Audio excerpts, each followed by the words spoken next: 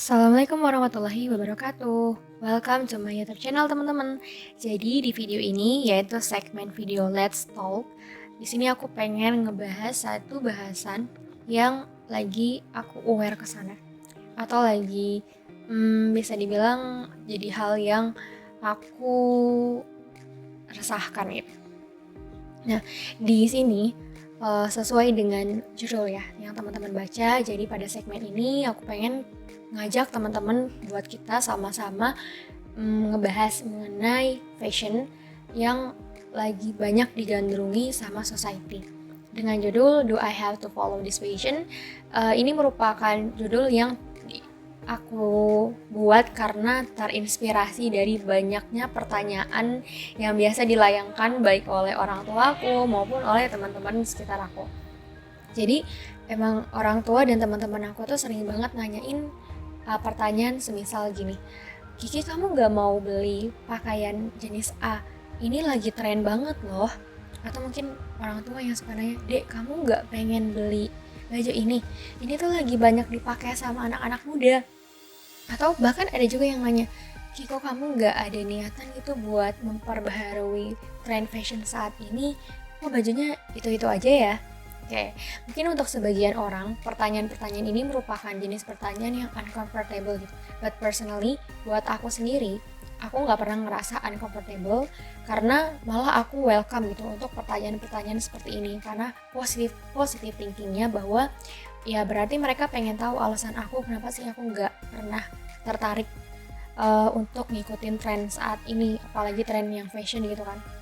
Dan di segmen ini aku pengen menerangkan sedetail-detail mungkin, sejelas-jelasnya gitu. Mungkin beberapa alasan atau latar belakang aku kenapa aku lebih prefer untuk menggunakan pakaian yang aku punya gitu dan gak selalu terdorong untuk membeli atau memenuhi willingness aku buat mengikuti tren fashion yang saat sekarang gitu. Dan beberapa hal ini udah aku rangkum dan bakal kita bahas di segmen ini. So stay tuned. Well, sebelum lebih jauh kita ngomongin masalah fashion, teman-teman ngerasa nggak sih bahwa akhir-akhir ini society kita itu sangat menjadi orang-orang yang sangat aware terhadap fashion mereka masing-masing gitu. Ngerasa bahwa sedikit-sedikit ada tren yang keluar langsung pada berlomba-lomba beli, apalagi sekarang ya lagi zamannya marketplace online gitu kan, online marketplace di mana orang sangat mudah memenuhi kebutuhan mereka dari rumah gitu tanpa harus berdesak-desakan di pasar, tanpa harus berlelah-lelah gitu kan mengantri membeli pakaian mungkin dan lain sebagainya. Mereka hanya melihat jenis pakaian atau nyari pakaian yang mereka pengenin, lalu mereka tinggal klik masukin keranjang, terus check out, lalu bayar, bisa bayar juga lewat dari HP, dan itu semua menjadi hal yang memudahkan bagi kita gitu untuk memenuhi semua keinginan yang kita inginkan. Nah, hal ini menjadi pendorong loh teman-teman. Ini menjadi pendorong utama gaya hidup konsumtif terutama di bidang pakaian atau di bidang fashion gitu kan. Jadi dari hal fashion ini kita bisa temukan bahwa banyak orang yang sudah tidak pernah berpikir sekali dua kali lagi ketika ingin membeli pakaian atau membuang pakaian.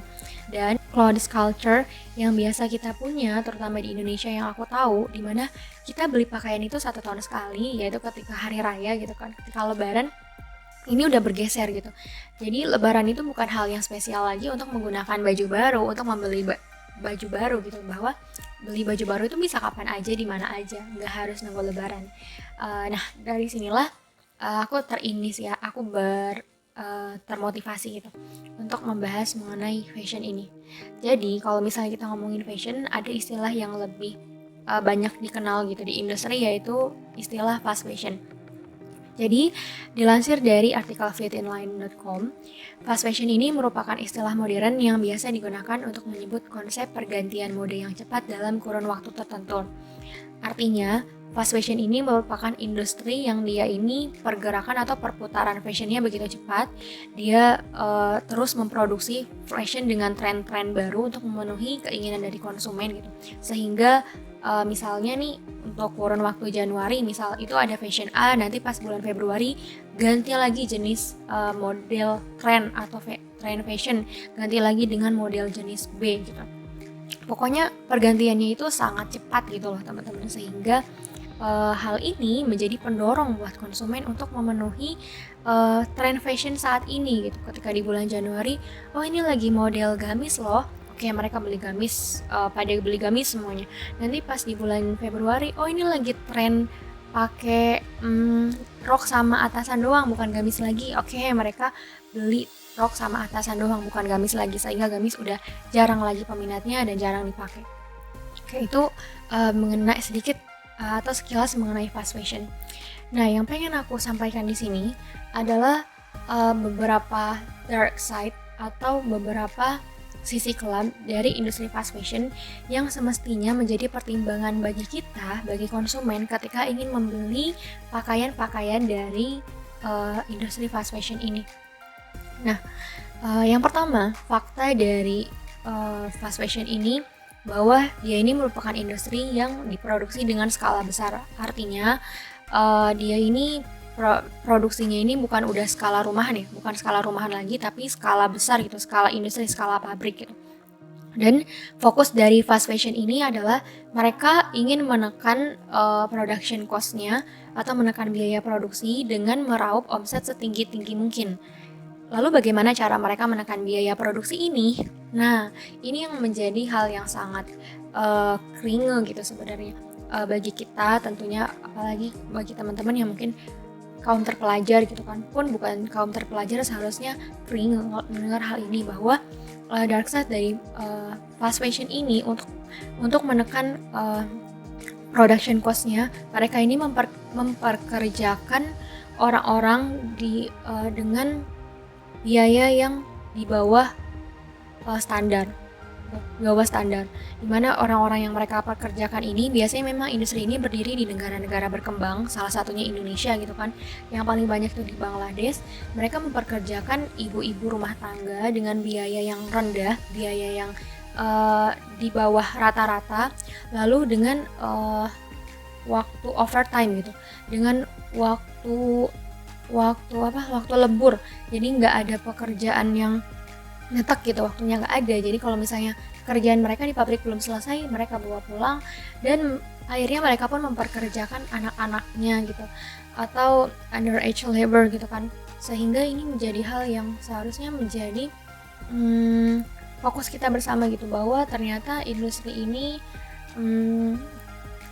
banyak melakukan hal-hal yang seharusnya tidak dilakukan gitu. Kalau misalnya kita memang fokus pada industri yang bersih gitu ya, bahwa untuk jenis industri yang tidak melanggar hal-hal yang seharusnya sudah menjadi norma gitu dalam memperkerjakan atau bekerja sama. Nah, itu yang pertama dan yang kedua. Lalu yang ketiga, teman-teman, salah satu cara untuk mereduksi biaya produksi dari perusahaan fast fashion ini adalah mereka memproduksi pakaian atau fashion dengan kualitas yang rendah, dengan kualitas bahan yang rendah, atau dengan proses yang menggunakan jenis-jenis bahan yang tidak memperhatikan lingkungan.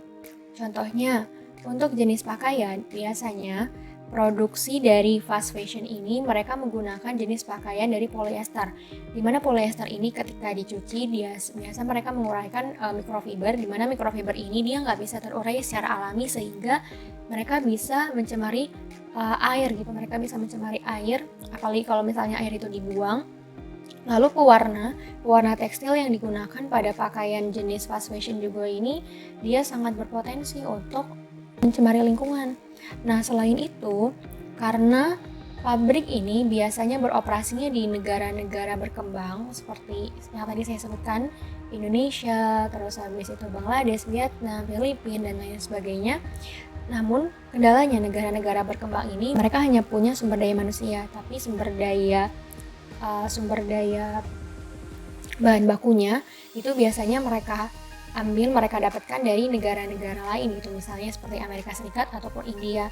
Nah, kalau kita pikirkan lebih jauh lagi, ini kan berarti perlu ada pengiriman ya teman-teman, perlu ada pengiriman baik itu dari mode darat atau mode udara gitu, untuk mengirimkan bahan-bahan atau bahan baku untuk memproduksi fast fashion ini, sehingga tentu berapa banyak bahan bakar yang mereka gunakan untuk mengirim bahan baku, sehingga ini menjadi pencemar lingkungan juga gitu kan secara lebih lanjutnya.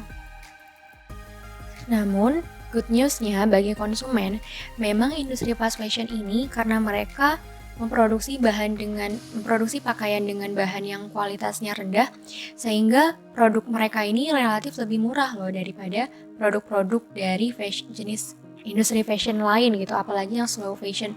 Nah, tapi dengan harga yang relatif lebih rendah ini menyebabkan atau mendorong orang-orang atau society kita buat bergaya hidup konsumtif, alias mereka itu atau kita ini ya, aku nggak bisa bilang mereka supaya kita sama-sama ngerasain gitu, bahwa kita itu lebih terdorong untuk memenuhi keinginan kita daripada kebutuhan kita, sehingga setiap ada tren baru, ada fashion yang lagi nge-hype, kita ini udah terdorong buat ngebeli untuk memenuhi tren tersebut gitu, supaya kita nggak ketinggalan zaman, dan nanti ketika tren ini udah lewat, kita udah nggak sayang lagi buat ngebuang baju yang kita beli, apalagi baju yang kita beli ini jenisnya atau kualitasnya rendah gitu, kualitasnya jelek, sehingga hanya dipakai 2 kali, 3 kali, 4 kali, dicuci sebanyak 4 kali aja udah warnanya udah luntur, warnanya udah pudar, terus bahannya mungkin udah cepat robek dan lain sebagainya, sehingga udah nggak layak pakai lagi gitu. Terus secara kelayakan udah nggak layak lagi dipakai sama kita untuk keluar misalnya seperti itu. Jadi udah gak sayang lagi tuh kita buat ngebuang dia atau jadiin lap gitu kan, biasanya kalau orang Indonesia dijadiin lap kaki, atau enggak muaranya adalah menjadi sampah di tempat pembuangan akhir atau di TPA. Nah tentu ini menjadi masalah, berapa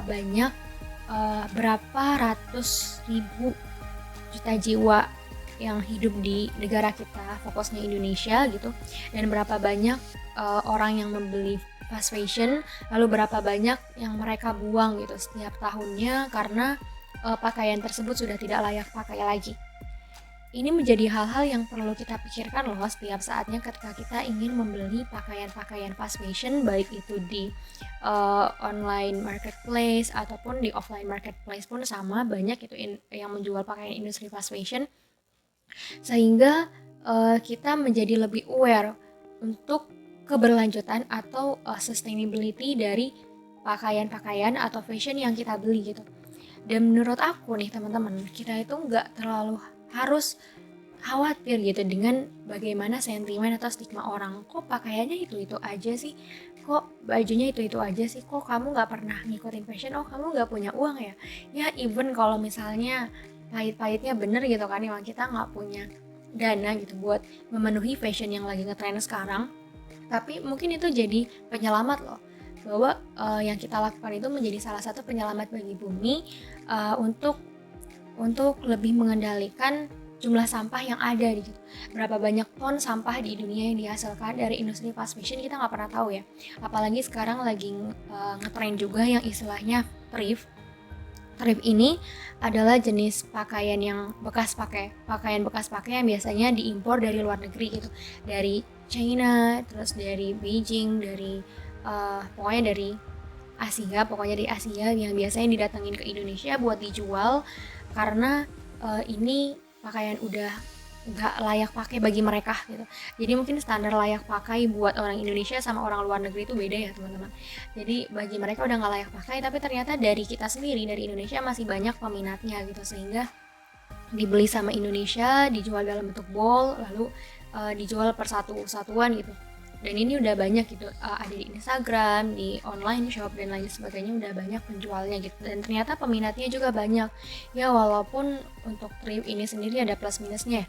Plusnya ya dia bisa mengurangi gitu dari kuantitas sampah yang seharusnya tadinya pakaian jadi sampah malah dijual lagi gitu di negara lain di Indonesia. Tapi minusnya bisa jadi pakaian ini mendatangkan penyakit, kan kita nggak tahu ya, apalagi penyakit kulit kita nggak tahu. Terus habis itu ini juga menjadi salah satu buat pesaing bagi industri fashion di Indonesia gitu dari thrift ini. Nah, back to our main topic, yang kembali lagi ke line utama kita, bahwa do I have follow this fashion? Apakah kita perlu, apakah kita harus, apakah kita butuh untuk mengikuti tren fashion yang saat ini? Kembali lagi ke kebutuhan, teman-teman. Menurut aku sangat tidak masalah, sangat tidak ada hal yang perlu dikhawatirkan gitu ketika kita tidak mengikuti fashion atau tren dari pakaian yang saat ini. Asalkan ya pakaian yang kita pakai itu masih worth it atau masih layak dipakai gitu. Jadi kalau misalnya ada orang yang bilang kok bajunya itu aja, ya emang masalah gitu, emang what's the problem gitu loh. Kita pakai pakaian yang masih layak dipakai, nggak robek-robek gitu kan, masih menutup aurat kita dengan rapi, terus habis itu masih sopan, masih layak lah intinya gitu kan. Itu tuh bukan satu hal yang menjadi masalah menurut aku gitu. Bahwa mungkin kita lebih bijak loh, kita menjadi orang yang lebih bijak daripada teman-teman yang mungkin lebih prefer untuk memenuhi willingness mereka daripada mempertimbangkan dulu nih mengenai alasan-alasan apa sih yang harus, kenapa mereka harus memenuhi fashion terkini gitu. Kalau misalnya hanya untuk mengikuti tren, hanya untuk memenuhi feed Instagram gitu ya, feed Instagram biar pakaiannya ganti-ganti, bagus-bagus nih bajunya, terus Instagramnya warna-warni gitu kan pakaiannya, ya menurut aku itu nggak wise gitu, itu nggak bijak gitu teman-teman. Kita cuman ngikutin keinginan kita doang tanpa mempertimbangkan hal-hal lain. Dan ini juga menjadi hal yang harus kita perhatikan bersama, bahwa gaya hidup konsumtif itu bukanlah gaya hidup yang seharusnya diterapkan gitu kan. Apalagi sekarang lagi banyak nih campaign-campaign seperti coba untuk hidup minimalis, di mana hidup minimalis ini seperti misalnya dalam hal fashion pun kita hanya punya beberapa jenis pakaian. Dan menurut aku nih, aku lebih suka sih sama orang-orang yang dia jarang beli baju, tapi sekalinya beli baju ataupun pakaian itu emang yang benar-benar mahal gitu. Menurut aku nggak apa-apa beli baju yang Louis Vuitton gitu kan, harganya puluhan juta ya silakan. Terus habis itu beli tas yang misalnya puluhan juta ya silakan, asalkan nggak berlebihan gitu. Misal punya 1, 2, ya itu it's okay kalau misalnya mereka bisa memenuhi gitu kan. Mereka bisa memenuhi biaya, memenuhi kebutuhan tersebut gitu, kebutuhan mereka tersebut dengan biaya yang tinggi gitu. Kalau daripada kita membeli pakaian yang atau membeli fashion yang fast, yang cepat berganti tren dengan jenis bahan yang rendah, bahan yang jelek, sehingga kita nggak bagus gitu loh. Maksudnya nanti ujung-ujungnya jadi sampah karena gampang jadi pakaian yang nggak layak pakai lagi gitu. Dan menurut aku lebih respect sih sama orang-orang yang mereka benar-benar lebih milih untuk membeli pakaian yang sekali beli, oke, nggak apa-apa yang mahal gitu, tapi emang berkelanjutan gitu, dan itu menurut aku lebih bijak. Jadi mulai sekarang yuk kita mulai perbarui mindset kita dalam memenuhi willingness kita untuk membeli fashion trend terkini. Jadi kalau misalnya ditanya, do I have to follow this fashion? Jawabannya, I don't have to, because I have another one and it is still worth it to use. Kita masih punya pakaian yang lain dan kita rasa pakaian tersebut masih sangat layak untuk digunakan, sehingga bukan hal yang salah gitu. Yang penting kita tahu menempatkan diri di mana, kita bisa tahu di mana norma kesopanan untuk berpakaian, dan juga momennya seperti apa gitu. Dan untuk jenis, kalau pakaiannya itu aja, itu bukan masalah sama sekali gitu. Yang menjadi masalah itu adalah bagaimana pola pikir orang. Jadi yang salah adalah pola pikir orangnya, tapi bukan pakaian kitanya. Oke, mungkin itu sih yang pengen aku sampaikan. Agak panjang ya teman-teman, jadi 20 menit. Semoga ada pelajaran yang bisa diambil. Kalau misalnya teman-teman punya pendapat, punya saran, punya kritikan, ataupun apapun itu, teman-teman bisa beri aku saran ataupun apapun di kolom komentar ya teman-teman. Terima kasih karena sudah menyempatkan untuk mendengar. Aku harap dari sini teman-teman dapat pelajaran atau dapat insight gitu buat belajar bareng-bareng. Oke, dari aku cukup. Sampai jumpa. Wassalamualaikum warahmatullahi wabarakatuh.